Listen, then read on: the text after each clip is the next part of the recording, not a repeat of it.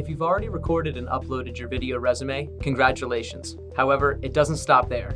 You're going to want to make sure that your entire profile is complete prior to sending to recruiters and hiring managers. Check out some of these unique features in order to round out your video resume.